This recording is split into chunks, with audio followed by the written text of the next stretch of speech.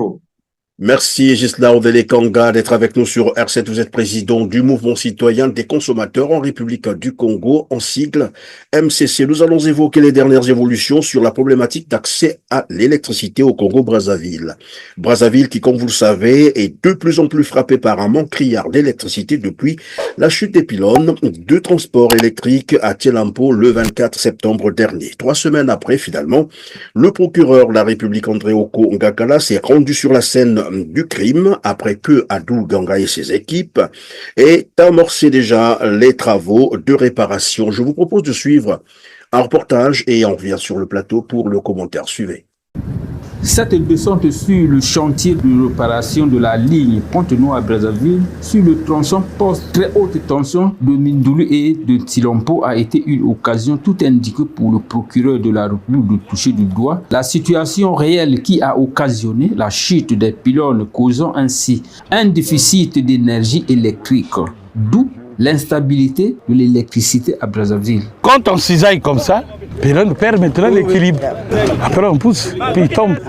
Voilà. Et en tombant, tu as 3 phases qui tombent au sol, donc ça veut dire défaut homopolaire, automatiquement le disjoncteur s'ouvre. Donc le défaut est franc et ça s'ouvre. Donc là, le courant ne peut plus passer. Voilà pourquoi nous connaissons des perturbations dans la fourniture de l'électricité. Donc on a 120 mégawatts de moins en ce moment. Qui nous manque. Qui venaient de Pointe-Noire, ça ne peut plus arriver ici. D'où ces perturbations. Une fois qu'on a terminé les travaux de cette ligne de déviation, on pourra donc récupérer ces 120 et améliorer la desserte électrique dans la ville. Au niveau de Brazzaville. Voilà. Au regard des éléments et autres preuves qui traduisent purement et simplement les actes de sabotage, André Oko Ngakala a non seulement dit son désarroi, mais aussi appelle les services compétents à se mobiliser afin de mettre la main sur ces malfrats. C'est avec amertume, avec grand regret, que nous venons ce matin toucher du doigt les ampleurs des dégâts causés par les inciviques qui ont permis que nous sommes en train de subir les conséquences de ce drame. L'énergie électrique rencontre aujourd'hui des grandes difficultés liées à ce sabotage dans la production de l'électricité au niveau de Brazzaville. Il s'agit là bel et bien d'un acte criminel dont les auteurs et leurs complices ne resteront pas impunis. Les officiers de police judiciaire de Brazzaville doivent rechercher et identifier, puis arrêter ces criminels et les déférer immédiatement sans délai au parquet de la République. Suite à l'évolution des travaux, le DG de EKRC rassure la population brazzavilloise que ceux-ci se termineront dans un délai raisonnable. Voilà, Gislain Odele-Kanga. De quoi se poser la question légitime, bien entendu, celle de savoir si, dans de telles conditions, une enquête judiciaire est encore crédible, notamment après que Adou Ganga et ses équipes, nous l'avons dit, d'entrée de jeu, aient investi le lieu du crime. Sinon, pourquoi avoir attendu donc 3 semaines après l'acte de sabotage, bien entendu, pour que le procureur de la République se rende sur la scène du crime pour annoncer l'ouverture d'une enquête judiciaire? Alors, merci pour la parole, M. Perrin. Déjà, pour votre information, la présence du procureur de la République à Tielampo, ça nous dit rien, nous, les consommateurs victimes. Et sa présence ne nous donne pas aussi la possibilité de croire, parce que la dernière fois, je vous avais dit que, étant des consommateurs, nous ne croyons pas qu'il y a eu sabotage ou vandalisme. La présence du procureur de la République ne nous rassure de rien. Parce que, M. Perrin, cet événement s'est passé, selon des dires du directeur général de la société EKRC, ça s'est passé le 24. Quand vous suivez son premier discours, sa première déclaration, il avait parlé de la nuit du 24. Voilà, le 24 à 20h35 minutes. Vous voyez? Et donc, il était au courant le 24 à 20h35 minutes Et c'est le 12 octobre qu'il invite le procureur de la République à se rendre au lieu du crime. Mais pendant ce temps, il a déjà été là-bas avec ces éléments. Ils ont commencé même les réparations. Mais qu'est-ce que le procureur de la République aura comme indice si réellement il y avait le crime? Donc, pour nous, c'est un scénario comme un film d'Hollywood ou bien de Nollywood au Nigeria. Et nous ne croyons pas à ça, en fait. Nous ne croyons pas à ça. En fait, vous êtes en train de dire, Gisela, vous êtes en train de dire que l'enquête annoncée par le procureur André Okongakala n'a pas de sens et n'est pas crédible parce que les lieux avaient déjà été investis par, évidemment, comme on l'a dit tout à l'heure, par les équipes de EKRC, c'est-à-dire même s'il y avait des indices de crime, probablement qu'ils ont dû effacer tous ces indices et qu'il n'y a plus d'éléments à prélever. Alors, Monsieur Perret, je pense qu'on n'a pas besoin de sortir de l'université d'Harvard ou encore de faire le droit pour comprendre. L'événement a eu lieu le 24 septembre. D'après le directeur général de cette société, c'était des Congolais de mauvaise foi qui ont voulu, d'après lui, créer des émeutes dans la ville de Brazzaville. Et nous avons vu comment toute la ville de Brazzaville était paralysée. Et nous avons vu, jusqu'aujourd'hui même, les Congolais sont victimes. Alors, vous imaginez un tel crime? Donc, le procureur de la République a préféré rester dans son bureau et attendre, après, je ne sais pas, 3 semaines pour sortir. Non, mais on n'a pas besoin d'être juriste ou procureur ou juge pour se poser ces genres de questions, M. Perrin. C'est la raison pour laquelle, au niveau du MCC, nous pensons que c'était un non-événement, la présence du procureur de la République à Tilapo. C'était un non-événement. Nous considérons cela comme un film. Oui, dans le même temps, juste là, Ondele Kanga, est-ce qu'on peut penser que c'est une forme de manipulation de l'information ou la manipulation de masse, comme qui dirait, une façon de désorienter les Congolais vers toute autre chose, alors que le problème de l'électricité se pose? Je m'explique. Tout à l'heure, vous avez dit que le directeur général de EKRC, donc Monsieur Adou Ganga, avait déjà annoncé le 25, le 24, quand il disait que ça s'est produit le 24, dans la nuit, à 20h35. Minutes, c'est lui qui le dit, et il précise même la nationalité des boycotteurs, s'il faut appeler ça comme ça. Et là encore, il n'y avait pas encore les investigations menées par la police judiciaire. Et maintenant, il s'y rend avec le procureur de la République qui annonce l'ouverture d'une enquête, c'est-à-dire on ne comprend pas. Alors après, on se pose la question de savoir comment est-ce que M. Adou Ganga savait-il que c'était des Congolais qui étaient passés par là? Et c'était à 20h35, il dit bien. Il faut qu'on s'interroge quand même. Mais Monsieur Perrin, mais c'est la question que nous nous posons jusqu'aujourd'hui. C'est la question où, à chaque fois que nous nous retrouvons au niveau du bureau du MCC, on continue à se poser. Le 24, 20h35. OK? Et lui s'est rendu au lieu du crime, le 25. Et il a fait des déclarations. Et écoutez, M. Perrin, si on était réellement dans un pays où, dans un pays normal, s'il faut le dire, M. Adou devait déjà être aux arrêts. Parce que ces déclarations sont graves. Adou a annoncé carrément aux Congolais que ceux qui ont saboté ces pylônes avaient l'intention de créer les émeutes. Et Adou est allé plus loin pour demander aux Congolais que le pire va arriver. Qu'est-ce qui va arriver le pire? Qu'est-ce qui va arriver le pire? Comment il a fait pour connaître que le pire va arriver? Où est-ce qu'il a eu les éléments des enquêtes? Est-ce que Adou est au même temps directeur général de la police? Adou est au même temps directeur général de la gendarmerie? Adou est au même temps directeur général des services de renseignement? Adou est au même temps procureur de la République.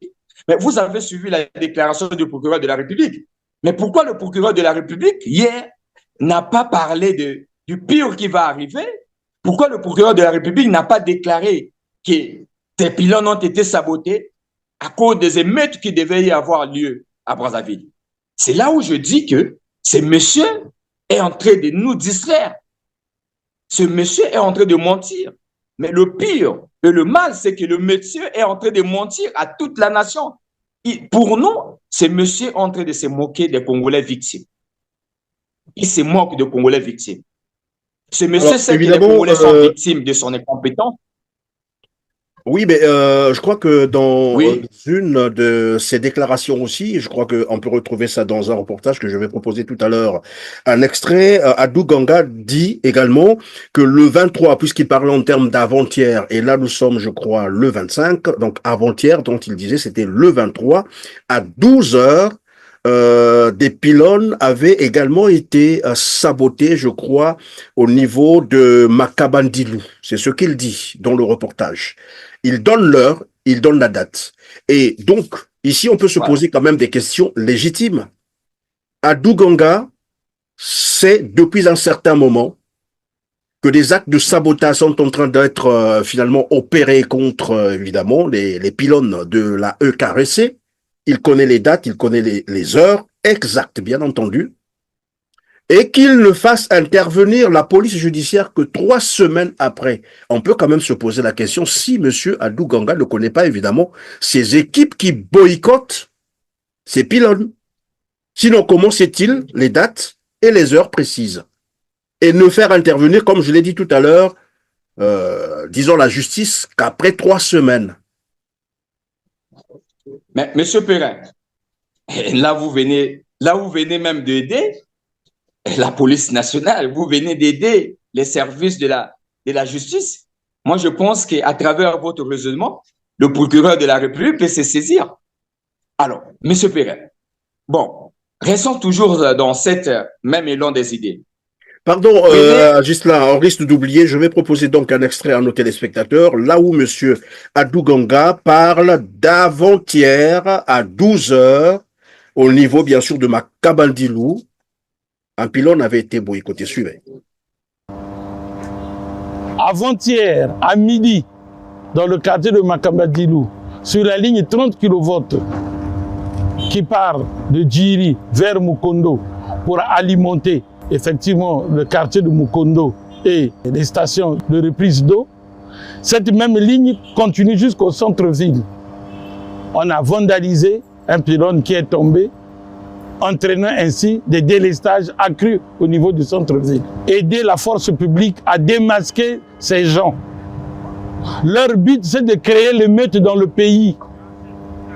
Ils ne veulent pas de la paix sociale. Ils ne veulent pas de la paix dans notre pays. Des gens normaux ne peuvent pas se permettre de faire de tels actes pour priver la population de l'électricité et de l'eau. Ce n'est pas normal. Nous devons tous soutenir la force publique pour démasquer ces gens. Sinon, le pire va arriver. Chers compatriotes, ouvrez les yeux. Ghislain, vous disiez tout à l'heure. Alors, vous imaginez, M. Adou, dans cet extrait, savait déjà que le 23 à 12 heures, donc le 23 septembre à 12 heures, il y avait déjà des gens qui avaient saboté, d'après lui, des pylônes. Donc, il était au courant. Et donc, si nous considérons que l'acte du 24 était aussi un acte de sabotage, cela veut dire que c'est la continuité. Mais pourquoi M. Adou, du 23 jusqu'au 12 septembre, il a attendu le 12 septembre pour faire venir le procureur de la République? Pourquoi le 23 à 12 heures, il n'avait pas fait intervenir le procureur de la République et les autres services? Et il n'avait jamais fait aussi de déclaration, il n'avait jamais fait non plus de déclaration. Jamais fait de déclaration, c'est ça. Aucune déclaration. Alors, il fait une déclaration le 25. Alors, autre chose, M. Perrin, je vais peut-être dire une chose, une vérité, que le vrai saboteur des pylônes, c'est Adou et son équipe. Vous avez suivi toujours dans son discours, dans ses déclarations, M. Adou a dit qu'actuellement, ils sont en train de créer des pylônes provisoires pour passer la commande des pylônes. Donc, vous vous rendez compte que la société EKRC n'a jamais eu des pylônes de réserve. Vous comprenez? Voilà le vrai problème. Le vrai problème, c'est que cette société n'est pas dirigée. Cette société n'est pas bien gérée. Le vrai problème, c'est ça. Le vrai saboteur, c'est lui, en fait, de compte, qui gère il gère une entreprise de l'État, soi-disant, comme une société familiale. Pourquoi attendre qu'il y ait un sabotage, peut-être, s'il faut le dire, ou attendre qu'il y ait un dégât pour commander des pylônes? Pourquoi? Et vous savez qu'aujourd'hui, Justin Ondele Kanga, vous venez de dire quelque chose qui interpelle tout de même la conscience de tout le monde, c'est que Adou Ganga est en fait engagé, s'il faut le dire comme ça, la commande des pylônes, c'est ça, des pylônes certainement de réserve. Et vous vous posez d'ailleurs la question de savoir pourquoi est-ce que ces pylônes de réserve n'existent pas depuis. Là, il fallait attendre qu'il y ait des actes de sabotage.